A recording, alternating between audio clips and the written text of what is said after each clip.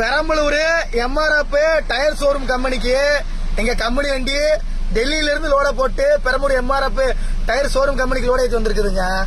ஏங்க ஒரு டிரைவரும் ஒரு லாரி ஓனர் இருக்கிறதுனால எம்ஆர்எஃப் டயர் இந்த அளவுக்கு பிராண்டாவும் இருக்கு, இந்த அளவுக்கு எம்ஆர்எஃப் டயர்னால எல்லா பக்கம் கெத்தா இருக்குது. ஏங்க அந்த கெத்தை கொஞ்சம் காப்பாத்துங்க பாவுங்க. எங்க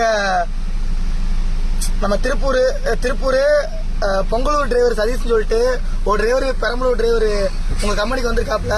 4 நாள் உங்க கம்பெனி பக்கத்துல ஹோட்டலும் இல்ல ஒண்ணும் இல்ல, சோறு தண்ணியாவது கொடுத்து காப்பாத்துங்க பாவுங்க. எதுக்கு இப்படி பண்றீங்க? எம்ஆர்எஃப் டயர் ஷோரூம் கம்பெனிக்காரங்க இப்பெல்லாம் பண்ணாதீங்க பாவுங்க.